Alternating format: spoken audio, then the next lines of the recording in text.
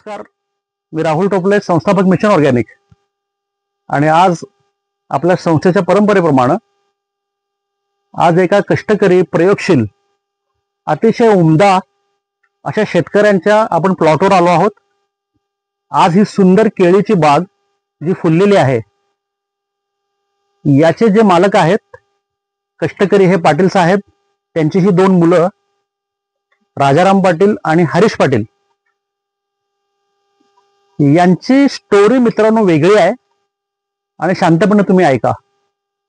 साधारण वर्ष दीड वर्षापूर्वी ह्या सर्वांची माझी ओळख झाली. हरीश पाटील हे एक सरकारी उच्चपदस्थ अधिकारी आहेत. त्यांनी आमचा व्हिडिओ बघितला आणि त्यांनी आमच्या संस्थेशी संपर्क साधला. त्यानंतर जेव्हा एका प्रवासात त्यांची आमच्या अपघाती भेट झाली, ओळख झाली आणि त्यांनी त्यांची व्यथा, त्यांच्या अडचणी हे त्यांनी आमच्या समोर मांडल्या. कारण मागच्या वर्षी त्यांनी ही केळीची बाग संपूर्ण रसायनावर केलेली होती. बरोबर आहे ना मामा? बरोबर. संपूर्ण रासायनिक खतावर केली होती. आणि जे काही तथाकथित कन्सल्टंट आहेत, भरपूर कंपन्या आहेत, आपण कुणाला वाईट बोलायचं नाही, पण त्या मार्गानं जेव्हा त्यांनी ही केळीची बाग करायला लागले, या दोन्ही मुलांचं हे होतं, स्वप्न होतं की ह्या भागामध्ये केळीचं उत्पन्न नाही. पन्हाळा ह्या सुप्रसिद्ध गडाच्या पायथ्याला हे गाव आहे आणि ह्या डोंगराळ गावामध्ये अत्यंत कष्टकरी हे दोन मित्रांनी, ह्या मुलांनी ही बाग फुलवली आहे. पण रसायन आधारित केळी जेव्हा ते करायला लागले, दुर्दैवानं भरमसाठ पैसा खर्च करून त्यांच्या पदरी निराशा पडली. कारण ज्या पद्धतीनं त्यांनी रसायनासाठी पैसा खर्च केला, तो उत्पादन आल्यानंतर त्यांच्या हे लक्षात आलं की आर्थिक ताळमेळ कुठं बसत नाही. बरोबर आहे ना? बसला नाही आणि मग भांबावल्यासारखं झालं मित्रांनो. आणि आज जसं माझे सर्व कष्टकरी शेतकरी ज्या मानसिक अवस्थेमध्ये आहेत, भांबावलेले आहेत आणि त्यांना व्यवस्थित मार्ग दिसत नाहीये. कारण अनेक लोकांचे ऐकून, अनेक व्हिडिओ बघून लोक प्रयोग करण्याचा प्रयत्न करतायत, पण पदरी फक्त निराशा येते. आणि अशीच निराशा आलेली असताना हे कुटुंब मला मागच्या वर्षी भेटलं आणि त्यांच्याशी चर्चेनंतर ह्या लोकांनी मिशन ऑर्गॅनिक या आपल्या संस्थेच्या नैसर्गिक आणि पारंपरिक पद्धतीनं हा केळ्याचा प्लॉट करण्याचं धाडस दाखवलं. बरोबर आहे ना? बरोबर. हे धाडसच होतं. कारण मागच्या वर्षी त्यांनी किती रुपये खर्च केले मामा? 3.5 लाख. 3.5 लाख रुपये खर्च केले मागच्या वर्षी आणि मनासारखं उत्पन्न आलं नाही. पदरी फक्त निराशा आली. पण महाराष्ट्रातला माझा कष्टकरी शेतकरी कधीही खचून जात नाही. छत्रपती शिवराय यांचे वंशज आहोत आपण. हारणं हे आपल्या नशिबात नाही, आपल्या स्वभावात नाही आणि आपल्या वृत्तीमध्ये नाही. आणि छत्रपती महाराजांच्या पदस्पर्शानं पावन झालेल्या ह्या पन्हाळगडाच्या पायथ्याशी असलेलं हे माझं कष्टकरी कुटुंब आर्थिक नुकसानीनंतर सुद्धा हिंमत न हारता नव्या उमेदीनं पुन्हा मिशन ऑर्गॅनिक बरोबर हाच प्लॉट नैसर्गिक पद्धतीनं म्हणजेच विषमुक्त करण्यासाठी सज्ज झालं. आणि मला आज सांगायला तुम्हाला आनंद वाटतो, अभिमान वाटतो की आजचा प्लॉट आपण जो बघतो आहोत, ही सुंदर हिरवागार जो केळीचा प्लॉट आहे आणि हे फुटलेली सुंदर केळी आहेत, ही कणभर सुद्धा रासायनिक खतं न घालता आलेली आहेत.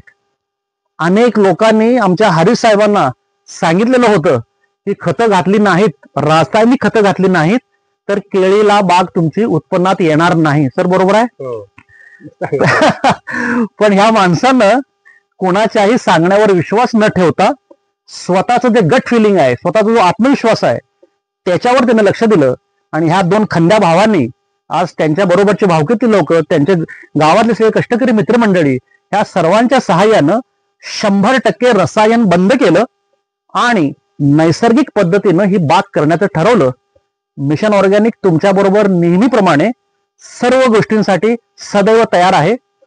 यांच्याबरोबर गेली वर्षभर आम्ही जे काम केलं, आज तो समाधान आम्हा सगळ्यांना, आमच्या सगळ्या टीमला आहे. आज मिशन ऑर्गॅनिकची संपूर्ण टीम आणि ऑफिस मधले सुद्धा आमचे सगळ्या, माझ्या माता भगिनी, माझ्या मुली सगळ्या आलेल्या आहेत. मुद्दाम प्लॉट बघायला आलेत. कारण ऑफिसमधून ते नेहमी सर्व शेतकऱ्यांना मार्गदर्शन करत असतात, पण कित्येक वेळेला त्यांना हे माहीत नसतं की आपण जे काम करतो ते कशा पद्धतीनं होतं. ते बघण्यासाठी आज ऑफिसची टीम आली आहे. त्यांच्याशी सुद्धा आपण दोन शब्द बोलायचे आहेत नंतर. पण सगळ्यात महत्वाचं आज ह्या पाटील कुटुंबाबरोबर आज त्यांचे अनुभव कसे आहेत हे आपण थोडं बोलूया. सर नमस्कार. तुम्ही आज महाराष्ट्रातले आज हजारो लाखो शेतकरी हे बघणार आहेत. आज बागेतले भरपूर शेतकरी आहेत, केळीवाले तर दमलेत सध्या, हे तुम्हाला पण माहिती आहे. रसायनांचा भरमसाठ वापर, उत्पन्न अपेक्षित येत नाही, प्रचंड रोगराई येते. आणि आत्ताच तुमच्या बाबांनी मला सांगितलं की मागच्या वर्षी रासायनिक पद्धतीनं जेव्हा तुम्ही ही केळी करत होता तेव्हा नकोसा जीव झाला होता ह्या माणसाचा. कारण अत्यंत उद्वेगानं ह्या माणसानं मला सांगितलं की मागच्या वर्षी ज्या प्रकारच्या फवारण्या, ज्या प्रकारची खतं यांना द्यावी लागली, पैसा ही एक गोष्ट वेगळी, पण मानसिक शारीरिक प्रचंड त्रास ह्या माणसाला झाला. आणि त्यांनी आता मला सांगितलं की नकोसं झालेलं आणि एवढं करून सुद्धा उत्पन्न आलं नाही. तुम्ही आता दोघंही मला सांगा की रसायन जेव्हा थांबायचं असं तुमच्या डोक्यात आलं तेव्हा तुम्हाला खरोखर असं वाटलेलं की रसायन 100% थांबवून आपण नैसर्गिककडे गेल्यानंतर आपलं बाग शिल्लक राहील, येईल, मोने केळीचे येतील, असं तुम्हाला मला खरं बोलायचं माऊली, मनापासून वाटलेलं का? कारण आज तुमचे जे शब्द आहेत ते आपल्या हजारो लाखो शेतकऱ्यांसाठी त्यांना स्फूर्ती देणारे आहेत. कारण आज तुम्ही जे धाडस केलंय त्या धाडसातून प्रेरणा घेऊन तुमच्यासारखेच अनेक माझे शेतकरी मित्र उभारणार आहेत आणि ते त्यांच्या आयुष्यामध्ये त्यांच्या चांगल्या गोष्टी करणार आहेत. तर तुमचा प्रत्येक शब्द हा माझ्या शेतकरी मित्रांसाठी अत्यंत मोलाचा आहे. त्यामुळे जे खरं आहे ते तुम्ही सांगण्याचा जरा लोकांना प्रयत्न करा. आता आम्ही सुरुवातीला तर एक वेगळं असं बोलत आहोत. सुरुवात एक अशी होती की म्हणजे आता आमचं एक छोटस गाव आहे. म्हणजे ऍक्च्युली काय होतं सर, शेती करण्यामागचा उद्देश, हा माझा भाऊ आहे बारका आहे, ऍक्च्युली त्याची संकल्पना आहे. ह्या जे सगळं जे काही इन्व्हेस्टमेंट आहे त्यानं केलंय. ह्यात फक्त आम्ही बाकीचे मी तरी वाटेकरीत आहे, फक्त मी कष्ट करण्यासाठी. बाकी त्याच्या डोक्यात कल्पना आली की आम्ही पहिलं शेती करायची, काय करायचं हे काहीच नव्हतं. त्यानंतर आम्ही केळीचं मी ठरवलं, कारण मी पुण्यात होतो, तोही पुण्यात होता, की आपण केळीचंच उत्पन्न घ्यायचं. त्याच्या अगोदर आम्ही वेगवेगळं तो ट्राय करत असेल, माझ्या डोक्यात काहीच नव्हतं. त्यानंतर केळी, मग तो दुसरं काहीतरी त्या डोक्यात आलं की दुसरं काहीतरी करू, पण त्याला केळीची रोपच उत्पादन मिळत नव्हतं, रोपं भेटत नव्हती. त्याने मला एक दिवशी बोला की केळी करायचे तर केळीचं आपल्याला रोपं पाहिजेत पण भेटत नाहीत, 3-3, 4-4 महिने बुकिंग मध्ये. मी थोडं बारामतीत जास्त जरा अग्रेसर असल्यामुळे तिथं माझी थोडीशी चांगल्यापैकी ओळख होती, तिथून मला मिळाली, अवेलेबल झाली. सुरुवात अशी झाली की रोपं आली, दारात आल्यानंतर आमचा प्लॉट तयार होता, सगळं रेडीमेड होतं. आता रोपं लावायची, लावल्यानंतर ज्या दिवशी लावली तोपर्यंत त्यावेळी आम्ही सुट्टीवर होतो, कारण आय थिंक 1 एप्रिलला आम्ही पहिले रोप लावले. 1 एप्रिल 2023 ला, मागच्या वर्षी. तर तिथपर्यंत आम्हाला काही माहित नव्हतं ह्यात किती कष्ट आहे. लावली रोपं, पूर्ण बाग आम्ही लावून घेतली आणि दुसऱ्या दिवशी आता 2 दिवसानंतरचा डोस द्यायचा होता. तर डोस द्यायचा होता, तर आम्ही जे कन्सल्टंट होते त्यांना फोन केला, त्यांच्याकडून लिस्ट आली, अशी रोपं घ्यायची आणि एवढं ह्या प्रमाणात द्यायचं आहे. तर ह्यालाच वाटलं की आपण कोणाला तरी आणायला सांगू ती औषधं. तर ते एवढी क्रिटिकल होतं घ्यायला की आम्ही दोघं गेलो. संध्याकाळी 6 वाजता आम्ही इथून निघालो, कोल्हापूरमध्ये गेलो, ती औषधं घेतली. एवढं तिथंच हे झालं की आता आम्ही घालतोय, शिकलेला आहे म्हणून आम्ही वाचतोय, पण वडिलांनी काय करायचं. बरोबर, एवढं अगदी म्हणजे ग्रॅम मध्ये पण असं म्हणजे 500 ग्रॅम 200 ग्रॅम ते पण 2 दिवसाला एक, 7 दिवसाला एक, 15 दिवसाला एक, हे वेगळा डोस झाला. म्हणजे एका ह्याचा परत आठवड्याचा वेगळा एक, म्हणजे कॉम्प्लिकेटेड होतं. हा, एकदम कॉम्प्लिकेटेड की 15 दिवसाला एक, महिन्याला एक, म्हणजे असं. आम्ही तर शनिवार रविवार विकेंड काम करून येणार, ते वडिलांना हे करून देणं की हे डोस द्यायचा आहे, तो डोस द्यायचा आहे वगैरे. त्यामुळे म्हणजे एकदम अचानक, म्हणजे हे थोडक्यात काय युजर फ्रेंडली नव्हतं, युजर अजिबात नव्हतं. म्हणजे वापरणारा माणसाचं. त्यासाठी आम्हाला हे आमचे गावकरी मित्र आहेत, आनंदामाने सुशिक्षित आहेत, रिटायर्ड आहेत पर्सन, त्यांनी खूप आम्हाला मदत केली की मग त्यांनी वाचून लिहून देणं, वडिलांना सांगणं. वडिलांना इंग्लिश वाचता येत नव्हतं, तर आता कॅल्शियम नायट्रेट वगैरे, आता ते कलर सांगू शकतात, पण सेम कलरचे असले तर पुन्हा काय करणार वगैरे. पण यांनी खूप आम्हाला मदत केली बरं का. आणि ते सगळं मिक्स करताना, ते पंपिंग करताना वगैरे ना, की मला खूप फिलिंग व्हायची की एवढं सगळं उत्पन्न करून आपण लोकांना विष खायला घालतोय. तो तर वेगळाच विषय. हा, म्हणजे आपण सर त्यावेळी म्हणजे 4 महिन्यांनी त्यांनी मलाच पर्सनली बोलले होते. त्यांना आम्ही अण्णा बोलतो, अण्णाच म्हणले होते की तुमच्या वडिलांची परिस्थिती खरंच मला ते आता त्यांचं भगवान आहे. बरोबर. म्हणजे ती जी मेहनत म्हणजे मेटाकुटीस आली होती ती. आणि एकदम एवढं सगळं करून बघा नाही आपण पिकवतो काय आपण तर पॉइझन. मला प्रश्न पडायचा यार, ह्यातली केळ आपण कसं खायचं. मित्रांनो, म्हणजे आज हे जे अण्णा बोलतायत हा शब्द लक्षपूर्वक व्यवस्थित ऐका. शेतकरी जेव्हा उत्पन्नासाठी चांगल्या गोष्टी येण्यासाठी अतोनात रसायन वापरतोय, आज हे सांगतायत मुलं की अतिशय कॉम्प्लिकेटेड ह्या केळीच्या बागाचे डोस होते जे सर्वसामान्य शेतकऱ्याला आकलनाच्या बाहेर होते. आज हा माणूस मुंबईमधून आलाय, थोडेफार शिकलाय, त्यामुळे ते मदत करू शकले. पण हे सगळं करत असताना सुद्धा यांच्या मनाची अवस्था घालमेलीची होती. कारण ज्या हातानं तुम्ही औषधं देताय त्या मनाला माहित होतं की मी जे काम करतोय ते विषाचं करतोय. आज तयार झालेली केळी तुम्ही तुमच्या घरातील मुलाबाळांना देऊ शकता? आत्ताची मागच्या देऊ शकत नाही. लिटरली सर, माझे आता एक चुलत भाऊ आता PWD ला आहे. तो मला अजून टोमणे मारतो की अरे एवढी केळी पिकवलीस पण मला साधा एक गड पण दिला, म्हणजे एक साधा हे दिलं पण नाही. पण मी त्यांना म्हटलं की अरे मला माहित आहे ना मी त्याला काय पिकातून हे दिलंय वगैरे. ते माझीच देण्याची इच्छा नव्हती की एवढं खत दिलंय, म्हणजे रसायन वापरले, फवारणी एवढे केले की अर्थ नाही. अर्थ नाही, त्यामुळे दिलं नाही. म्हणजे मी समजावून सांगितलं ह्यावेळी नक्की म्हणलं एक घर तुम्हाला देणार स्वतःहून. आज हरीश सरांनी काय सांगितलंय, जे मी वारंवार तुम्हाला गेली 10 वर्ष सांगतोय, त्याचं मर्म, त्याचं मूळ आज या उच्चपदस्थ अधिकाऱ्यांनी सांगितलं. आज यांच्या बरोबरचे यांची मित्रमंडळी, नातेवाईक ज्यांना उत्साह असतो की बाबा मित्राच्या बागेत केळीची बाग आहे, आम्हाला केळी फ्रेश खायला मिळतील, म्हणून अगदी हक्कानं लाडानं ही लोक जेव्हा यांच्याकडे मागणी करत होते, तेव्हा या आज संवेदनाक्षम माणसाला मनात माहित होतं की ही केळीची बाग करताना किती प्रकारचं रसायन आणि किती प्रकारच्या विषारी फवारण्या ह्या केळीच्या बागेसाठी केलेत. त्यामुळे ह्या माणसाचं धाडस झालं नाही की आपल्या नातेवाईकांना, आपल्या मित्रांना स्वतःच्या बागेतील केळी देण्यासाठी सुद्धा धाडस झालं नाही. मित्रांनो, माझा प्रश्न आहे तुम्हाला, जर तुम्ही ज्या हाताने हे विषारी उत्पन्न काढताय हे तुमच्या तरी मनाला पटतं का? जर आज तुमच्या स्वतःच्या घरातील आई वडील, मुलं बाळ, तुमचे मित्रमंडळी, नातेवाईक जर तुम्ही तयार केलेलं विषारी उत्पन्न खाऊ शकत नसतील तर या शेती करण्याला काय अर्थ आहे? बरोबर आहे. हेच माझं सांगणं मित्रांनो तुमच्यासाठी आहे की विषारी फवारण्या बंद करा, रसायन बंद करा.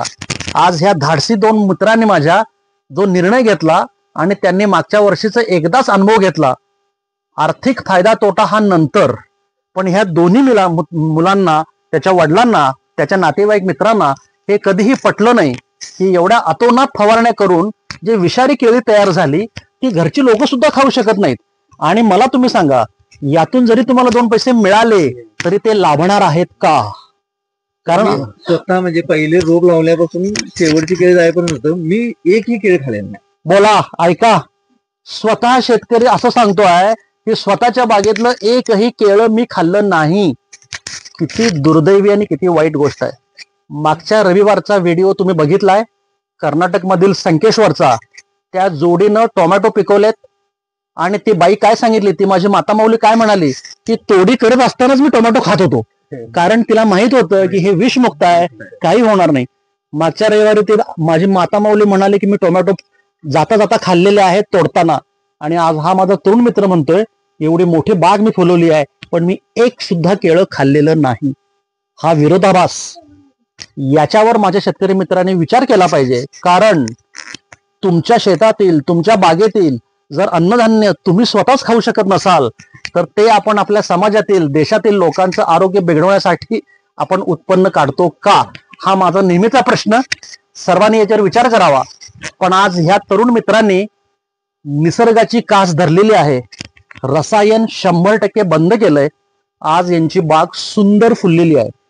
रासायनिक मागच्या वर्षी तुम्ही जे केलं त्याच्या तुलनेमध्ये ह्या वर्षी तुम्हाला काम करताना किती सोयीचं सोपं गेलं.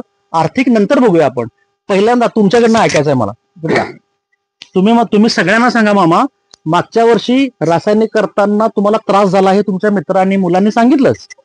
पण ह्या वर्षी जेव्हा तुम्ही मिशन ऑर्गॅनिक बरोबर आपण भूसुधारक अन्नपूर्णा चालू केलं, हरीश तुमचा चिरंजीव भेटला आणि आपण भेटलो आणि सुरू झालं, तर मला तुम्ही सगळे शेतकरी आपल्या महाराष्ट्रातले ऐकणार आहेत माऊली, त्यांना तुम्ही सांगा की तुमचा इतक्या वर्षाच्या अनुभवामध्ये तुम्हाला काय फरक वाटला रसायन सोडून हे नैसर्गिक करताना? मला फरक वाटला म्हणजे गेल्या वर्षी मी फक्त मरणाचीच वाट बघितली. अरे बाबा, हो, इतक्या स्टेला गेलतो त्या पावसातनं तिथं ते गटरा घेऊन येताना 3 जागा पाय निसरायचा. त्यामुळे म्हणजे मला नकोच वाटत. पण तुमच्या ह्या कंपनीकडे आल्यापासून माझा मुलगा एक म्हणला, मग कशाला दादा केळीला इतकं कसलं राबताय तर काय करायला लागतंय, आलं तर येऊन ते आपला ऊसच करूया दुसऱ्या प्लॉट मध्ये. तर मी सांगितले नाही बाबा, मला ते ऊसाचा तर पूर्णच नको वाटतंय. कारण हा प्लॉट आता फक्त मला पाणी सोडण्याशिवाय काम नाही, आणि पाण्यातनं कंपनीच्या औषध आहेत ही पाण्यातनंच सोडून देता येते. एका जागेवर बसलं काम मिटलं. 5-5, 6-6 दांडकी काढली तिथे मी बॅरेलच्या मापाची, ते खत हे करून घातलायला. म्हणजे हे कष्ट आता ऐकणाऱ्यांना काही एवढं वाटत नाही, पण मला करणाऱ्याला म्हणजे मरणापेक्षा अतिशय हे वाटतंय. तर चालू वर्षी मला वाटतंय की खरोखर हे बाकीचं सगळं सोडून भले 10 पैसे कमी मिळालं तर परवडतील, मिळणार नाहीत ही गॅरंटी आहे, पण 10 पैसे कमी मिळालं तर परवडेल. पण ह्या कंपनीची औषधं घेऊन केलेली शेती अतिशय उत्तम, ही माझी अगदी 100% खात्री झाली. कारण गेल्या वर्षी हे ज्या खतावर वापर केलता आणि चालू वर्षी खतांचा वापर केलेला नाही, पिकात मला फरक वाटतोय. जे आता आलंय पीक त्यात मला फरक वाटतोय. तुम्हाला जो फरक वाटतोय तो मागच्या वर्षी रासायनिकची आपली बाग आणि ह्या वर्षी 0 खताची आपली बाग. हो, तुम्ही मला सांगा की जे उत्पन्न अजून उत्पन्न यायला वेळ आहे. आज घड पडलेले आहेत, सुटलेले आहेत. आपण अजून एकदा व्हिडिओ घेऊया. पण आता जे काय उत्पन्न सुटलंय ते मागच्या वर्षी तुलनेमध्ये फार कमी आहे, बरोबर आहे, जास्त आहे, काय वाटतंय? त्याच्यापेक्षा माझ्या आकलन तरी 20-25% जास्त आहे. बरोबर बोलतोय. 20-25% तरी जास्त आहे. गेल्या वर्षी जो केळीचा बुंदा होता तो 27-28च्या वरती नव्हता. ओके. आणि ह्यावेळी सेंटीमीटर 27 सेंटीमीटरच्या वरती बुंदा नव्हता. आणि ह्यावेळी तो म्हणजे काही ठिकाणी कमी आहे, पण 70%, 32, 33, 31 ह्याच्या वरती आहे सांगतोय. मित्रांनो, आता बाप लेखाने सांगितलेलं शास्त्र व्यवस्थित ऐका.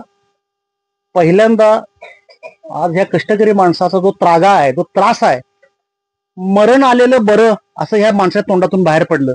म्हणजे किती त्रास करायचा हो ह्या माझ्या शेतकऱ्यांनी. कष्ट करायचे म्हणजे किती करायचे. आज ह्या अनुभवी शेतकऱ्याला जर ह्या शेतीतल्या कामापेक्षा मरण जवळ वाटतंय तर असली शेती करायची कशाला. उपयोग नाही. 2 टाइम तुम्ही दोघं मिळवत्या, 2 टाइम गरम बाबा घरात बसून खाऊ देत, पण एवढा त्रास म्हणजे याचा मामा मला भयंकर त्रास होतो या गोष्टीचा. प्रचंड त्रास आहे गोष्ट. कारण किती त्रास यांनी सहन करायचा. पण आज ह्या अनुभवी शेतकऱ्याच्या नजरेमध्ये रसायन थांबवल्यानंतर मित्रांनो ऐका पुन्हा, ही केळीची बाग पूर्ण रसायन मुक्त आहे. कुठल्याही प्रकारचं रसायन कणभर सुद्धा कणभर युरिया डीएपी लागवड नाही, कसलीच रासायनिक फवारणी नाही. मागच्या वर्षी अनेक थोर लोकांनी मला सुद्धा सांगितलेलं होतं हे धाडस करू नका, केळी येणार नाहीत, लोक नुकसानी जातील. मी म्हटलं माझे दत्त गुरण मी बघून घेईन. कारण मी नेहमी सांगतो माऊली, माझा परमेश्वर दुसरी कुठं नाही, तुमच्यात आहे. आणि मग नेहमी मी तुमच्यातच तो बघतोय. परमेश्वराची हीच रूपं आहेत. यांच्यातला जो खंबीरपणा आहे, यांच्यातला जो आत्मविश्वास आहे, तोच ईश्वर रूपी आहे. आज ह्या बाप लेकांनी रसायन थांबवलं, पूर्ण नैसर्गिक शेती केली, सुंदर उत्पन्न दिसतंय. आज बाबांच्या तोंडातनं आलं की रसायनाच्या तुलनेमध्ये आज 25% बाग यांची वाढून आहे. खर्च 50% नाही, त्याच्या 20% आलाय. 25 म्हणजे हे उत्पन्न अजून वाढणं म्हणजे का दिसत नाही आपल्याला. कारण की 2 महिने एवढा पाऊस होता, हेवी रेनफॉल होता. हेवी म्हणजे 2 महिने कंटिन्युअस किरण म्हणजे ह्याला माहित नाही. या भागामध्ये पाऊस जास्त आहे. पाऊस जास्त असला तरी आम्हाला औषधं सोडता आली नाही. दूधधारक आम्ही जवळपास मला वाटतं दसऱ्यापासून ह्याला म्हणजे जो डोस आहे आधी सोडायला पाहिजे, सोडता आलं नाही. कारण की सगळं जेवढं फ्लो पन्हाळ्याचा जो पट्टा आहे हा हेवी रेनफॉलचा आहे. आज शेतकऱ्यांनी काय सांगितलं, भरपूर पावसामुळे त्यांना जे डोस आपले प्रस्तावित होते ते देता आले नाहीत. फवारणी पण करता आली नाही. कारण प्रचंड पाऊस 3 महिने होता, त्यामुळे शेड्यूल लेट गेलं. तरी सुद्धा उत्पन्न रसायनाच्या तुलनेमध्ये वाढलेलं आहे. आज दोन्ही भावाने सांगितलं केळाचे मोने जे रसायनामध्ये 26-27 इंचाचे होते ते 36 इंचापर्यंत गेलेले आहेत.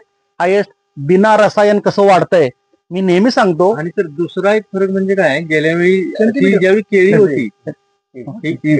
होती ना, ही आता बाहेर पडली, तर हिला ह्याच वेळी आम्ही बांधली होती. ओके. आज ती परिस्थिती अजूनही असं म्हणजे बांधायची असं वाटत नाही पडत. याचा अर्थ केळीच्या मोन्यामध्ये ताकद आलेली आहे. मी नेहमी सांगतो पहिल्यापासून की तुमचं झाड हे सदृढ व्हायला पाहिजे, सशक्त व्हायला पाहिजे, त्याची प्रतिकारक शक्ती वाढली पाहिजे. आज हे दोन्ही बंधू सांगतात की मागच्या वर्षी ह्या स्टेजला झाड कलंडेल म्हणून बांधायची वेळ होती. आज सगळं मोने फुटलेले आहेत, वजन आलेलं आहे, अजून बाळ आहेत केळी, तरी सुद्धा हे झाडामध्ये ताकद आहे, झाड कलंडत नाही आहे, म्हणजे झाड ताकदीचं झालेलं आहे. हे क्लिअर झालं. गेल्या वर्षी 42च्या 42 झाडं आम्ही बांधलेली. जिथे बांधाय काय अवेलेबल नसेल तिथे आम्ही खाली बांबूची मेघ मारून बांधलेली. डबल करायला लागलं, अजून तरी काय दिसत नाही. 10,000 रुपयाची बांधणी आणलेली, त्याची मला वाटतं अर्धी अजून आहेत. पण ते आणि चांगल्या उन्हाळ्यात बांधल्या, चांगल्या उन्हाळ्यात. त्यावेळेला पावसाचा म्हणजे काही हे नव्हता आणि पाणी सर्वसाधारण कमी पडत. आता पाणी इतकं जादा होऊन अजून केळ नमलेलं नाही. आणि जर पाणी व्यवस्थित असतं तर अजिबात डागणार नाही, असा आहे माझा आत्मविश्वास. तुम्ही मला जरा तिघं पण सांगा की भूसुधारक जमिनीत जायला लागल्यानंतर जमिनीमध्ये काय बदल तुम्हाला जाणवतोय? जमीन काय फरक वाटायला मला जाणवतोय. म्हणजे काय? म्हणजे पूर्वी मी चप्पल घालायचं नाही, कारण गुडघे दुखत्यात. कुठेतरी बसायला लागले तर मग ते काढायचं, मग बसायचं. त्याच्या चप्पल तिकडं आल्याबरोबर काढायचं आणि मग काय असेल ते आत फिरायचं. पण हे आता जिमनीला कुठं बी जर उभं राहिलं तर गार थंड वाटतंय. काय म्हणजे असं हे बोचल्यावर बोचायचं, टोचत अजिबात नाही. जमीन म्हणजे मऊ भाग झालाय आणि टोचायची अजिबात भानगड. दगड जर लागला तर जरा वाटतंय, नाहीतर माती अजिबात टोचत नाही. हे वारंवार तुम्ही प्रत्येक व्हिडिओमध्ये बघितलंय. जेव्हा भूसुधारक जमिनीमध्ये जातं, जेव्हा जमिनीची अवस्था बदलायला चालू होते, जमिनीत जो कडकपणा आलेला आहे, जी दगडासारखी जमीन झालेली आहे.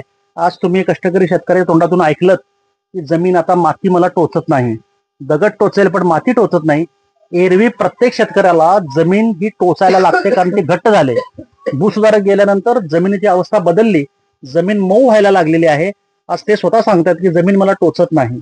स्वतः सांगतात म्हणजे उकरून बघितलं मी, ह्या वाळक्या जाग्यात उकरून बघितलं तर त्या जाग्याला म्हणजे असा एवढा हेंडा निघतोय. आपल्या इतर जमिनी म्हणा किंवा ह्यात म्हणा, ते आता जर उकरायला गेलं तर ती माती जास्तीत जास्त एवढा येतोय नाही, हेंडा येत नाही. दगड होण्याचं प्रमाण शेतातल्या मातीतलं संपलं, कारण भूसुधारकद्वारे जमिनीमध्ये करोडोच्या संख्येने जीवाणू गेलेत आणि ते जीवाणू त्यांचं काम इमाने इतबारे पार पडतायत.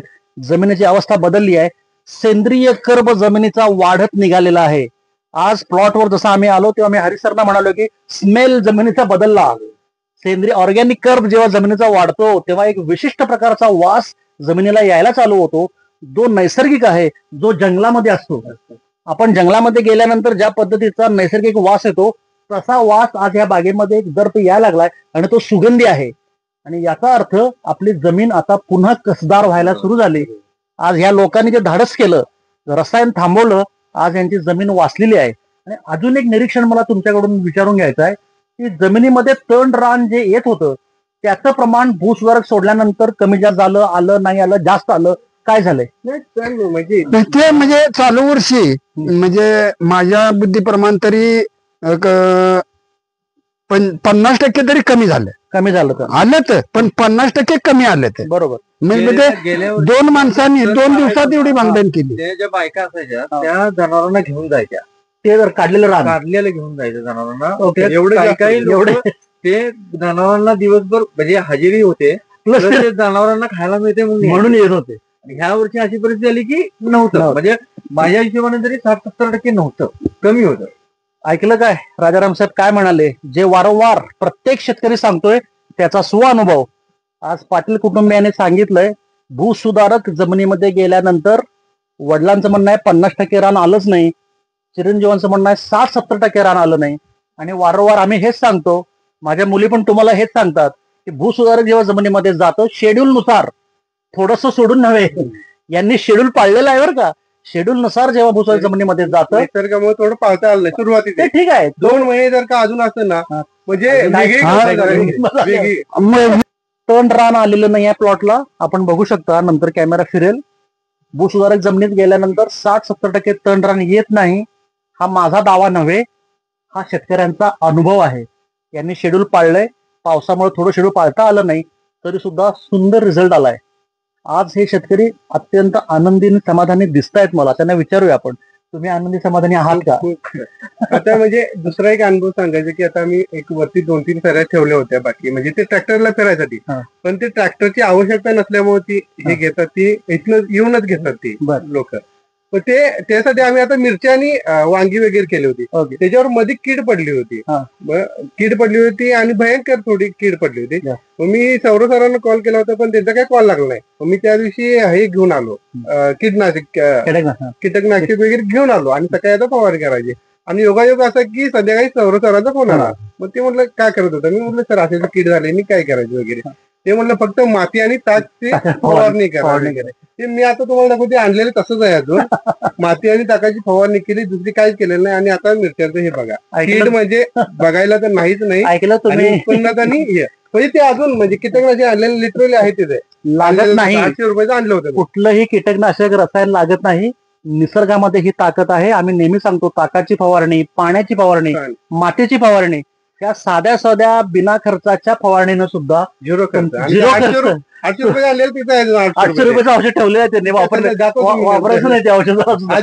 ह्या फळावरनी गेल्या वर्षी कीटकनाशक जर नाही मारलं, डास भयंकर व्हायचं. म्हणजे आता एवढी माणसं इथं थांबली नसती, बाहेर जाऊन बोलूया म्हणली असती. बर, म्हणजे डास भरपूर असायचे, डास भयानक डास असायचे यंदा. नाही म्हणजे आपण हे करीतो, रासायनिक करीतो आणि फवारणी करीतो का नाही कीटकनाशकची त्यावेळेला. आता हे चालू वर्षी कीटकनाशकची फवारणी पण नाही, काहीच नाही आणि काहीच नाही. पण आता बघा, मी म्हणजे हिजर बिन घालता उभं राहिलो, डासच नाही, मग घालायची गरज काय? येऊन गेल्या वर्षी मी हे पण बाहेर काढलं होतं, पाला जो आहे ना तो बाहेर सगळं बाहेर काढला, कारण की डासामुळे त्याच्यामुळे डास होतात वगैरे. हे करून पण डास होते. त्यावेळी मी म्हटलं काय झालं तर झाले, इथंच कुजवला. हे कुजवून येते मी, म्हणजे ह्या 2-3 वेळा पाला टाकलेला आहे. हे सगळं मोने येणारे ते सगळं ते ह्या आता शेवटची फळ आहेत का नाही, ही फळ पूर्ण झाकायची मच्छरनं. हे ऐकलं का तुम्ही यांचे अनुभव? रासायनिक जेव्हा काम करत होते, रासायनिक फवारण्या जेव्हा व्हायच्या कीटकनाशकाच्या, तेव्हा संपूर्ण प्लॉटमध्ये काही कीटक, विशेषतः डास यांचा प्रादुर्भाव ह्याच्यामध्ये व्हायचा. आज मामा सांगतायत की त्यांना खाली पॅन्ट, हाफ पॅन्ट घालतात ते खेड्यातल्या पद्धतीप्रमाणे, डास चावायचे, जायला वाटायचं. आज नैसर्गिक पद्धतीनं हा प्लॉट केला, जमिनीमध्ये फक्त भूसुधारक आणि फक्त अन्नपूर्णाच्या लिमिटेड फवारण्या, त्याच्यावर हा प्लॉट उत्तम आलाय. कुठलीही अडचण त्यांना आलेली नाही. कीटकनाशक मारायचे कुठला रोग आला का? कसलाही रोग आला नाही. कुठलं ग्रॅम, कुठले हे ML बिमेल वापरावं लागलं नाही. वापरायला हे सुद्धा सोपं आहे आणि हा सुंदर रिझल्ट या लोकांना आलाय. आज ह्या केळीच्या प्लॉटचा हा पार्ट 1 आहे, कारण अजून ही केळी मोठी होणार आहे, अजून चांगली होणार आहे, होल्ड होणार आहे. आता सूर बेबी आहे, बाळ आहे हे लहान. तर आपण 2 पार्ट करूया. आज हा पहिला पार्ट. पुन्हा एकदा यांचा व्हिडिओ घ्यायचा आहे आणि पुन्हा प्लॉट जो झालेला आहे पूर्ण, त्यांचं उत्पन्न किती आलं, वजन किती आलं, त्यांना जमा खर्च किती, यांना मी सांगितलं, त्यांनी ते लिहून ठेवलेलं आहे. सगळं लिहून मी सांगितलं होतं पहिल्या दिवशी, सगळं लिहून ठेवायचं आणि महाराष्ट्रातील माझ्या सर्व शेतकऱ्यांना आपला जमा खर्च प्रामाणिकपणे सांगायचा. कारण काही लोकांना अजूनही विश्वास बसत नाही. आमचे हजारो शेतकरी असे उभारले ज्यांनी रसायन सोडलं, निसर्गाच्या वाटेला आले, म्हणजेच परमेश्वराच्या वाटेला आले. निसर्ग म्हणजेच माऊली परमेश्वर. आज ह्या मुलांनी जेव्हा निसर्गाबरोबर आले, तेव्हा भगवंतानं आज त्यांच्या पदरामध्ये विविध प्रकारचं दान टाकलं. आज जमीन सुंदर झाली, तण यायचं बंद झालं, उत्पादन खर्च कमी झाला, बाग संपूर्ण निरोगी आहे, कुठलाही रोग आला नाही. प्रचंड रोग येतात बरं का, तुम्हाला माहिती आहे, कुठलाही रोग आला नाही. ऍक्च्युली ह्या पन्हाळ्याच्या पायथ्याचं जे वातावरण आहे हे अत्यंत हेवी आणि थंडाईचं आहे, जे ऍक्च्युली केळ्याच्या विरोधातलं आहे. यांचं धाडसच म्हणावं लागेल, 100% पण यांचा धाडसाला माझा सलाम आहे खरोखर. म्हणून आम्ही सुद्धा जिद्दीनं बरोबर आहे, म्हणजे कारूनच दाखवायची गोष्ट. असे जेव्हा शेतकरी प्रयोगशील असतात, कष्टकरी असतात, प्रामाणिक असतात, तेव्हा हवामान सुद्धा प्रतिकूल असताना आज भगवंतानं यांच्या पदरामध्ये हे सुंदर दान टाकलंय. गेल्या वर्षी तर म्हणजे ज्यावेळी रासायनिक केलं होतं आणि पावसाचं प्रमाण खूप होतं, कमी होतं, खूप म्हणजे खूप कमी असल्यामुळे ते वाढ झाली. होती ना त्याला. त्यात म्हणजे विरुद्ध ह्यावेळी एवढं प्रमाण, म्हणजे आता सगळ्या किती पाऊस होता, अक्षरशः म्हणजे दसऱ्यापर्यंत पाऊस होता, लांबला पाऊस आहे. लांबला. दसरा पाऊस कमी झाल्यानंतर माझे फवारणी किंवा भूसुधारक सुरू झाले. म्हणजे याचा अर्थ यावेळी त्याच्या आधी एकही फवारणी नाही. हवामानानं साथ दिली नसताना सुद्धा सुद्धा एवढा प्लॉट फुलला आहे. आणि गेल्या वर्षी जर काय होतं, आम्ही दोघं पुण्यावरून यायचो ना, म्हणजे आम्ही कुठलाही दिवस मला वाटतं एवढी सॅटर्डे संडे आम्ही इथं असायचो, तरी एकही दिवस असा नाही की आम्ही काम केलं नाही. आणि पण यावर्षी एकही दिवस असं नाही की काम काय काम केलं लिटरली. हा विनोद आहे का या दोन्ही मित्रांचा? मागच्या वेळी दोघं पुण्याहून गावी यायचे काम करण्यासाठी यायचो की शुक्रवारी निघायचो, मी 6 वाजता निघायचो, 12-1 वाजता घरी यायचो, आणि सकाळी 6-7 वाजता वडिलांसोबत येतात. शनिवारी काम करायचं, रविवारी करायचं, रविवारी संध्याकाळी येऊन 8-9 वाजता मी इथून निघायचो आणि सोमवारी काम होत. सर्व फॅमिली असायची आमची शनिवार रविवारी. ह्यावेळी म्हणजे इकडे कोण आलंच नाही. काय गरजच नाही, कामच नाहीत. म्हणजे वारंवार सांगतोय तेच ही लोक सांगतायत. नैसर्गिक काम करत असताना मिशन ऑर्गॅनिक नेहमी सांगतंय की तुमचे शारीरिक कष्ट कमी होतात. तेच ही दोन लोक सांगतायत. 90% कमी झाले. 90% शारीरिक कष्ट कमी झाले. 90%. मी तर यावेळी काहीच काम, फक्त फिरणे, काय कामच केलेलं नाही म्हणतायत. आणि कसं काय झालंय सगळं? फिरणं फक्त काम केलंय. बाकी काय म्हणजे आवश्यक आता काय करायचं, फवारणी मारायची म्हणजे कायच नाही. बाकी रेग्युलर आहे अन्नपूर्णा तेवढं. बाकी ते आता गेल्यावी केळी फुगायची एक फवारणी असायची, म्हणजे ते आठवड्याला एक एक असायची. आपण कुठलं फुगवलंय काय? ऑटोमॅटिक फुगा लागलंय. काहीच नाही. निसर्गामध्ये मित्रांनो ही सगळी ताकद आहे. मागच्या वर्षी हे 2 मुलं पुण्याला जॉबला होते, काम करायचे, तिथून येऊन एक हे दिवस सुट्टी न घेता कुटुंबाबरोबर शनिवार रविवार सुद्धा हे शेतामध्ये मेहनत करत होते. एक दिवस जीवाला शांतता नाही. ड्रायव्हिंग करून यायचं, आठवडाभर तिकडे जॉब करायचा आणि आल्यावर 2 दिवस या शेतामध्ये पुन्हा वडिलांच्या बरोबर मरमर मरायचं. आणि शेवटी पदरी निराशा. आणि ह्या वर्षी बघा किती हसत सांगतायत, 90% काम करावं लागलं नाही. कारण जे काम मागच्या वर्षी ही लोक करत होती ते काम ह्यावेळी निसर्गाने केलेलं आहे. निसर्गामध्ये ती ताकद आहे, कॉस्मिक एनर्जीमध्ये ताकद आहे. मी म्हणून नेहमी सांगतो आणि आज पुन्हा सांगतो, ठेविले अनंते तैसेची राहावे, चित्ती असू द्यावे समाधाने. तुम्ही आनंदानं समाधानानं जेव्हा माऊली शेती करता तेव्हा भगवंत तुमच्या समाधानाला ह्या प्रकारचं सुंदर दान तुमच्या पदरामध्ये टाकत असतो. आज हे पाटील कुटुंब ज्या सुखात, ज्या आनंदात, ज्या समाधानामध्ये आहे, तोच आमचं समाधान, तोच माझा आनंद. कारण आज माझ्या ह्या कष्टकरी शेतकऱ्यांचे जर कष्ट कमी होत असतील आणि आज ह्या लोकांचा त्रास कमी होत असेल आणि आर्थिक अडचणीतून ही लोक जर बाहेर पडणार असतील तर मला अजून काय हवं? मी नेहमी दत्तगुरूंकडे माझी हीच प्रार्थना असते की माझे हे कष्टकरी शेतकरी यांच्या आर्थिक अरिष्टातून बाहेर पडोत आणि ज्या पद्धतीनं यांनी आयुष्यात वन करून जे कष्ट केले, तुम्ही आता ऐकलं, आज बाबांच्या तोंडातून जो शब्द निघाला जो निघायला नाही पाहिजे, मरण एक वेळ पत्कर लखर हे काम नको. ह्या टोकाला माणसाची मानसिकता कधी जाते? जेव्हा तो त्या टोकाचा त्रास होतो तेव्हा. पण आज एवढा अनुभवी माणूस सुद्धा मरणाचा विचार करत होता. असली कसली शेती आपण करतोय? पण आज भगवंतानं त्यांना हे सगळं सुंदर रूप भगवंताचं दाखवलं. मी मामा नेहमी बाबा सांगतोय सगळ्यांना की परमेश्वर माऊली मंदिरात नसते, ती इथं असते. आज त्याचं रूप हे तुम्ही बघताय. आज जे समाधान तुम्हाला तुमच्या प्लॉटमध्ये मिळतंय आल्या आज माझ्या मुली सुद्धा प्लॉटमध्ये पाय टाकता सगळ्या मला म्हणाल्या किती शांत आणि छान आहे. हे जी आहे ना, ही पोचपावती तुमच्या तिघांच्या कामाला आहे. शांत म्हणजे अगणित शांत आहे, अगणित शांत आहे. कसं आहे, काल सकाळी याचा फोन झाला, सर येणार आहेत आणि दादा आम्ही गावी येणार आहे. ठीक आहे म्हणले. मग ह्यांच्या बरोबर जरा हे पुण्याचं कालच आले, ह्यांच्या बरोबर 1 तास 2 तास बसलो आणि पुन्हा आलो. म्हणजे मला दुसऱ्या शेतात कुठल्या जाऊसच वाटत नाही. खुरपं घेतलं आणि त्या साईडला जरा पाऊस लागल्यामुळे थोडं तण होतं, ते बांगलीत बसलो. तोवरेचा फोन आला, दादा आम्ही 1 तासाभरात येतोय आणि तुम्ही कुठं आहेसा तर बागत आहे, मग घरी या, मी तोपर्यंत येतोय. म्हणजे इथून आता म्हणजे ह्या एवढ्या भागात वस्तीच नाही, कारण येता जाता मला अडचण आहे कुठली गव्याची एवढीच. बाकी जर मला ह्या गेटच्या आत पडलो तर अजिबात काय प्रॉब्लेम नाही. इथले गाजरी गावतात भार 1-2 कोणी चोरून नेले सकाळच्या पारी. तर मी आता काय प्लॅन केलाय, लाईटचा बल एक इथं आणायचा, खोट एखादी घ्यायची आणि इथं बागेत टाकून झोपायची. एवढी म्हणजे माझ्या मनाची मी तयारी केली आहे. वय बघा, कष्ट बघा, काय बोलतायत बघा. आज हा माणूस ह्या वयात शेतामध्ये येऊन बल लावून कॉट टाकून झोपायचं म्हणा लागलाय. ही कसली दुर्दैवी इच्छा. कळालं का आमची ताकद का वाढते? सतत माझे लाडके शेतकरी मला म्हणतात, सर तुम्ही एवढं फिरताय, दमत कसं नाही? का दमत नाही माहितीये? कारण माझ्याबरोबर असे खंबीर माझे बाप उभारलेत. आज ह्या वयामध्ये जर हा शेतकरी ही दुर्दम्य इच्छाशक्ती दाखवतोय तर यांच्यापेक्षा निम्म्या वयानं असलेला मी किती काम करायला पाहिजे. म्हणून मी मित्रांनो दमत नाही, कारण अशा लोकांच्या चेहऱ्यावर हसू आणण्यासाठी दत्तगुरूंनी माझी निवड केली आहे. मी फक्त पोस्टमन आहे, पण ह्या पद्धतीची जी लोक उभारतायत, समाजामध्ये जे चांगलं सकारात्मक काम उभारतंय, हे मिशन ऑर्गॅनिकचं स्वप्न आहे आणि ते माझ्या स्टाफचं सुद्धा स्वप्न आहे. आम्ही सगळे मिळून त्यासाठी झटत आहोत.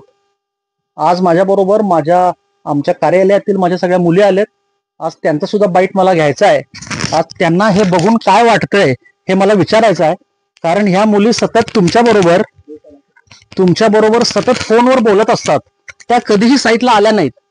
हजारो लाखो शेतकऱ्यांच्या बरोबर त्या मुली बोलतात आणि ह्या माझ्या मुली आहेत बरं का.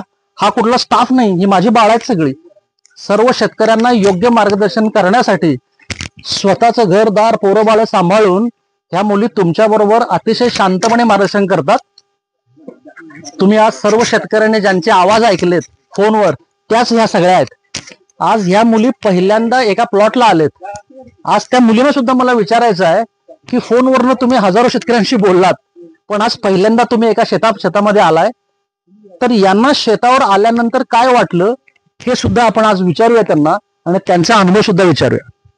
प्राजक्ता, तू सांग शेतकऱ्यांना की तुला ह्या प्लॉटला आल्यानंतर कसं वाटलं. नमस्कार सर, माझं नाव प्राजक्ता. आम्ही जर रस्त्यावरूनच तुमचा प्लॉट बघितला, जरा आत आल्यावर बाहेरनं कसं पूर्ण हिरवळ दिसतंय आणि आतमध्ये येण्यासाठी बाहेरनं शांत असं फ्रेश वाटलं. आतनं तुमचा प्लॉट तर भारी आहे, एकदम छान दिसतंय. चांगलं वाटलं. तुमची खूप चांगली आहे. तुम्ही जे बाळांनो कामं करताय ते तुमच्या डोळ्यांना आज तुम्ही बघताय. तुम्ही शेतकऱ्यांना शेतकऱ्याच्या प्लॉटवर आले आम्ही ऑफिस मधनं मोबाईलवर सांगत असतात. पण याही माझ्या बाळांना हे माहिती पाहिजे ना की आपण कुठल्या शेतकऱ्यांशी काय बोलत असतो. आज यांनी हा प्लॉट बघितला, आज शेतकऱ्यांना भेटले, आज इथलं वातावरणाचा अनुभव घेतला. मला खात्री आहे उद्या जेव्हा या ऑफिसला जातील ना, तेव्हा उद्यापासून जेव्हा ते शेतकऱ्यांच्यावर बोलणार आहेत तेव्हा त्यांचं बोलणं उद्या 100% वेगळं असेल, कारण हा अनुभव त्यांनी आज घेतलाय. आज ते शेतकऱ्याला भेटलेत, आज मिशन ऑर्गॅनिकच्या प्लॉटवर ते आलेले आहेत आणि त्यांचा ते अनुभव तुम्हाला सांगतायत. तुम्ही सांगा 2 मिनिटं. नमस्कार, मी संजीवनी खामकर. इथं आल्यानंतर एवढं छान वाटलं की आम्ही पहिल्यांदाच कुठल्या तरी शेतकऱ्याच्या प्लॉटवर आलो होतो आणि पहिलाच आमचा अनुभव एवढा भारी होता की खूप छान. आणि इथली हिलिंग पॉवर एवढी छान आहे ना, असं वाटलं की कुठल्या तरी शांत ठिकाणी मस्त आले होते. हिलिंग पॉवर हा शब्द महत्वाचा आहे, कारण मन शांत कुठं होतं, ईश्वराच्या ठिकाणी. जेव्हा मन फेरबेर होतं तेव्हा आपण मंदिरामध्ये जातो. आज त्या मुलगीच्या तोंडातून अनाहूतपणे फ्लो मध्ये तो शब्द निघून गेला. हिलिंग इथे आल्यानंतर चित्त मन शांत झालं. अरे सर, म्हणजे निसर्गाच्या सानिध्यात आल्यानंतर तुम्ही तुमच्या चित्तवृत्ती ह्या प्रफुल्लित होतात, मन शांत होतं. आज माझ्या पोरगीच्या तोंडातून तो शब्द आला, इथं हिलिंग झाल्यासारखं वाटलं. कळलं का? मंदिरात जाणं आणि नैसर्गिक शेतीमध्ये जाणं हे एकच आहे. वारंवार मी सांगतोय, भगवंत मंदिरात नाही इथं आहे. त्याचा अनुभव आज या मुलीने घेतला. तुम्ही पण सांगा. बोला, तू बोल. मी अपर्णा कोले. इथे आल्यानंतर एकदम शांत आणि समाधान वाटलं. माझंही शेत आहे, पण आम्ही पण रासायनिक वापरायचो आई वडिलांच्याकडे पण इथं आल्यानंतर एकदम शांत आणि काय एकदम वेगळंच वाटलं. बाबा मगाशी म्हणले की मी इथं येऊन झोपणार आहे रात्रीचा, आता असं आम्हाला वाटायचं की आम्ही इथून जाऊच नाही.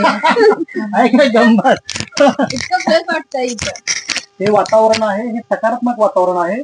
हा जो इफेक्ट आहे, आज या मुलीचे इफेक्ट झाले, त्याचं कारण कॉस्मिक एनर्जी आहे. ह्या वातावरणामध्ये सकारात्मकता आहे आणि कॉस्मिक एनर्जी ही तुम्हाला नेहमी निगेटिव्हिटी तुमची काढून टाकत असते. आज जसं बाबांनी सांगितलं, हिनं म्हटले की त्यांना तिथे झोपायचं आहे, तर हे खरं आहे. आम्हाला सुद्धा कित्येक वेळा अशा प्लॉट मध्ये आल्यानंतर आमचे बाबा पाय उजळ होतात बरं काय, आम्हाला जाऊच वाटत नाही, कारण इथं छान आहे. हो, हे सुख समाधान बाहेर कुठे मिळत नाही असलं. तुम्ही बघताय, आपण आज गावात राहतो, शहरात राहतो, खरखर वर वाद, पण इथं डोक्यात काय विचार येतात नाही कुठले. कारण हा जो निसर्ग आहे ना, हा पोल्युटेड नाही आहे. या निसर्गामध्ये कुठलं रसायन वापरलेलं नाही, कुठल्याही विषारी गोष्टी नाही आहेत. आणि मुळामध्ये हे शेत करणारे हे जे पाटील कुटुंब आहे ना, यांची प्रत्येकाची मनोवृत्ती पहिल्यांदा सकारात्मक आहे. कारण मी शेतकऱ्यांना आम्ही नेहमी सांगतो की शेतामध्ये आल्यानंतर तुमचं मन, तुमचे विचार हे सकारात्मक असले पाहिजेत. आज ह्याच्या कुटुंबाचे सकारात्मक विचार आहेत आणि त्याचंच प्रतिबिंब तिथल्या वातावरणामध्ये आहे. म्हणूनच तुम्हाला सगळ्यांना हे छान वाटतं. नमस्कार, मी सुकेशिनी सुतार. मी पण इथून कोल्हापूरचीच आहे, माझं माहेर आहे. आता इथे डोंगर पायथ्याशी तुमचं म्हणजे गाव आहे. इकडे काय पहिले वाहतूक वगैरे काय नव्हती, आता तुमची प्रगती झाली. पण त्या बाबांचं किती उदाहरण आहे बघा. त्यांनी कष्टातून केल्याने त्यांना अजून उरूपैकी शेती करायची, पण ती नैसर्गिक पद्धतीने लहानपणी वगैरे केळी खाली असणार, ती टेस्टी असणार त्यावेळेची. पण आपण रासायनिक खाल्लेली, कारण की ते रसायनमध्ये बुडवतात, एवढी काय टेस्ट लागत नाही, ती लगेच काळपट वगैरे पडतात. पण हे जेव्हा घट पिकतील तेव्हा तुम्हाला कळतील की किती दिवस ते टिकतात आणि किती दिवस चांगली केळी टेस्टला लागते. त्यावेळी तुम्हाला समजलं की काय ह्याच्यामध्ये. आणि तुमच्या प्लॉट मध्ये आल्यानंतर इतकं शांत वाटतं, मन प्रसन्न होतं, बाहेर जाऊच पण वाटत नाही. इतका गारवा इथं जाणवा लागलाय की छान वाटलंय. येताना काय वाटलं, आता तुमची घरं वगैरे आहेत, शेती घरापासून आपल्या नसतात, लांब असते, घराजवळ नसतेच, ते माहितीये. पण हा कुठे आले तेवढे डोंगर, तुम्ही आता कसं साईडनं सगळे दगड लावून घेतलाय आणि प्लॉट सगळा पूर्ण प्लेन केला आणि मग लावलाय. असं वाटलं की हा आता कुठे शेती डोंगर उतार आहे काय उतरतील आहे कुणास ठाऊक. पण तुमचा छान प्लॉट आहे, मस्त तुम्ही सिस्टमॅटिक पद्धतीने बांधलेत. तुमच्या केळीच्या मधलं अंतर पण छान आहे. कुठून पण बघितलं तुम्हाला असं काय म्हणजे घाण वगैरे दिसणार नाही, स्वच्छ वाटतं असं. त्यानंतर तुम्ही रोपं मिरचीची पण लावलाय, त्यानंतर तुम्ही भोपळ्याचे वेल वगैरे दुसरे घेतलात. मी कोथिंबीरचं पण बघितलं वास घेऊन, किती छान वास येत आहे धण्याचा वगैरे. विकत आणावं काही लागत नाही तुम्हाला, त्याच्यामुळे मन प्रसन्न होतं. आणि हा ते बाबा म्हटले ना खाट टाकून द्यायचे, आम्हाला पण जाऊच वाटे ना आता परत इतकं छान वाटतं. मुली असं म्हणाला जाऊस वाटत ना, मला वाटतं तर मिश्र पण गमतीचा भाग सोडा मित्रांनो, ही सकारात्मकता आहे वातावरणामध्ये, ह्या सुंदर गोष्टी आहेत, म्हणून आमचे पण पाय जड झाले. पण तरी सुद्धा व्यवहार पाळला पाहिजे, आपल्याला सगळ्यांना जायचं आहे. तुम्ही सगळ्यांनी बोललात त्याबद्दल तुमचं आभार, अभिनंदन. सर आम्हाला आणलं, आमची पहिली शेती म्हणजे पहिल्यांदाच आम्ही आलो होतो व्हिडिओला, त्यामुळे आम्ही पहिल्यांदाच बघितलं. बाहेर माझ्या मुली आल्या आणि मला ह्यांना खरोखर दाखवायचं होतं. मी त्यांना अनेक वेळा म्हटलं की तुम्हाला एका प्लॉटला घेऊन जातो, कारण ऑफिस मधून ते काम करतात, ते निर्जीव आहे फोनवरून, त्यांना माहित नसते कोणाशी बोलतो काय सिच्युएशनला ते कोणत्या ह्याच्यावर बोलताय आम्हाला काहीच माहित नसतं, फक्त आम्ही माहिती सांगण्याचं काम करतो. पण त्या बाबांनी मला ते सांगितलं असतं की आम्ही कुठल्या सिच्युएशनला होतो आणि आता कुठल्या स्टेपला आलोय. खरं म्हणजे त्यांची मेहनत भरपूर आहे, बाबांची मेहनत भरपूर आहे. म्हणजे ते 2 मिनिटात करण्यासारखी पण नाही, जरी सांगितलं नाही कळलं. त्यांनी लहान रोप लावल्यापासून रोप मोठी सगळी त्यांनी स्टेज बघितले, ते तुम्हाला पण माहित नसेल की त्यांना पर्यंत किती जाणवलाय. आल्याच त्यांनी म्हटले पाणी तिकडे जास्त आहे, असं म्हटले, तिकडे कमी आहे असं म्हटले. म्हणजे त्यांचा किती अभ्यास सखोल आहे. अभ्यास आहे, हा अनुभव आहे. तुम्ही बघा शिकून घ्या की ही माणसं काय पद्धतीने कष्ट करतात. शेती करणं एवढं सोपं राहिलेलं नाही. आणि आपण जे काम करतोय, मी तुम्हाला ऑफिसच्या आपल्या मीटिंग मध्ये वारंवार सांगतोय, आपण प्रचंड दैवी काम करतोय. भगवंत आपल्या हातनं सकारात्मक चांगलं काम घडवतोय. हे काम अशा प्रकारच्या शेतकऱ्यांना त्यांच्या अडचणीतून बाहेर काढण्यासाठी आहे. आज तुम्ही लाईव्ह ऐकलं, लाईव्ह बघितलं मागच्या वर्षी त्यांचे काय त्रास होता, आणि आपल्या फक्त दुसरं खंड पूर्ण ही बाग सुंदर फुलले. आज हरीश सांगतात की 90% कष्ट नाही, नुसतं फिरायला बागेत येतात. मागच्या वर्षी अंग मेहनत, भरपूर मेहनत केली त्यांनी, आता काहीच नाही. ही जी गंमत आहे ना, ही तुम्ही तुमच्या प्रत्येक शेतकऱ्यांना कॉन्फिडन्सनं सांगता यायला पाहिजे. मला वाटतं आता ते सांगता येईल, आता नक्कीच सांगता येईल.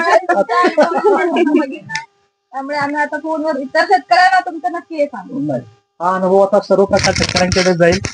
मुलींचे धन्यवाद. हरीश सर, शेवट 2 मिनिटं बोला फक्त. तुम्हाला याच्या पुढे पुन्हा रासायनिक शेती करायची इच्छा आहे? अजिबात नाही सर, अजिबात नाही. पुन्हा रसायन करणार? एक हे जर आता ते कोणतं खत आहे, कॅल्शियम नायट्रेट काय की काय माहित नाही, एक पोता आहे.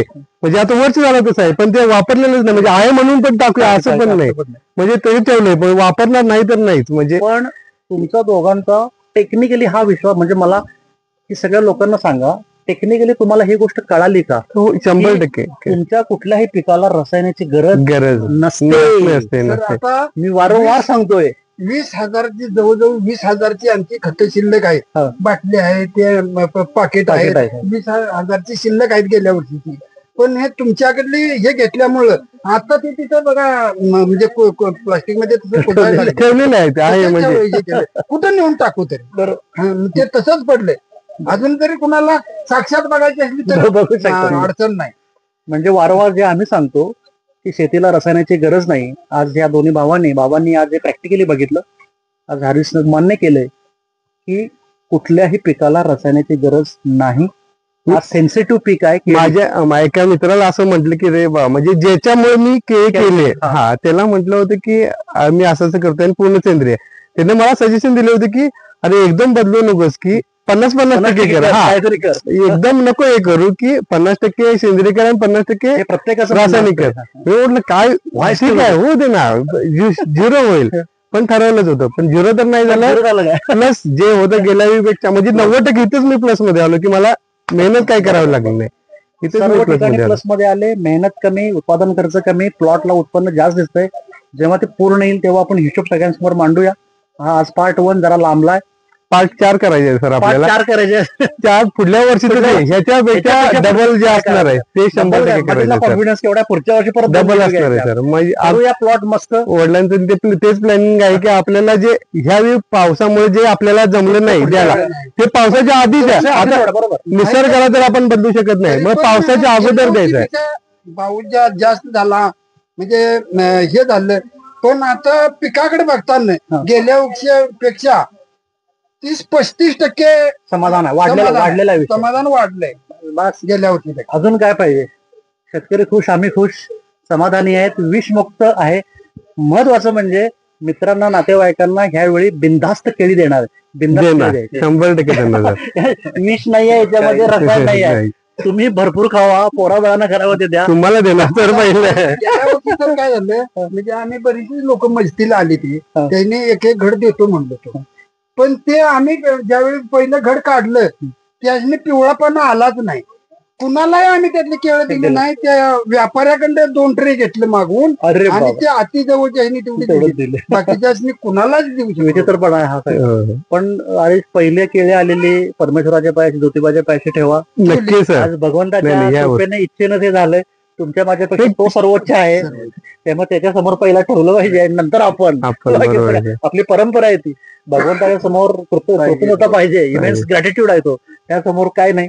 सुंदर. तुम्हा सगळ्यांशी बोलून मला छान वाटले. अशाच पद्धतीनं आपण नवीन नवीन प्रयोग करूया, ताकदीनं काम करूया आणि महाराष्ट्रासमोर आपण एक सुंदर उदाहरण हे ठेवलंय. आज खूप लोक हे बघणार, तुम्हाला भरपूर फोन येणार. नंबर देतो, त्या नक्की सर, सगळ्यांना तुम्ही आमचे नंबर मार्गदर्शन द्या. करा. आज ह्या शेतकऱ्यांच्याकडून तुम्ही स्फूर्ती घ्या, प्रेरणा घ्या. तुम्ही सुद्धा विषमुक्त शेती करायला चालू करा. आज या पाटील कुटुंबानं आज रसायन सोडलं. मला खात्री आहे आज पुन्हा आयुष्यात हे रसायनाकडे जाणार नाहीत. कारण निसर्गानं, परमेश्वरानं त्याचं रूप त्यांना दाखवलंय. सर्व कष्ट त्यांचे कमी झाले, आनंदात आहेत, विषमुक्त बाग झालेली आहे. आज याची चव सगळी घेणार आहेत. तुम्ही सुद्धा प्रत्येकानं ह्या पद्धतीनं काम करणं अपेक्षित आहे आणि तुम्हीही यांच्याकडनं प्रेरणा घेऊन ते कराल अशी माझी खात्री आहे. धन्यवाद. मी बाजारात कोथमीर आणतो.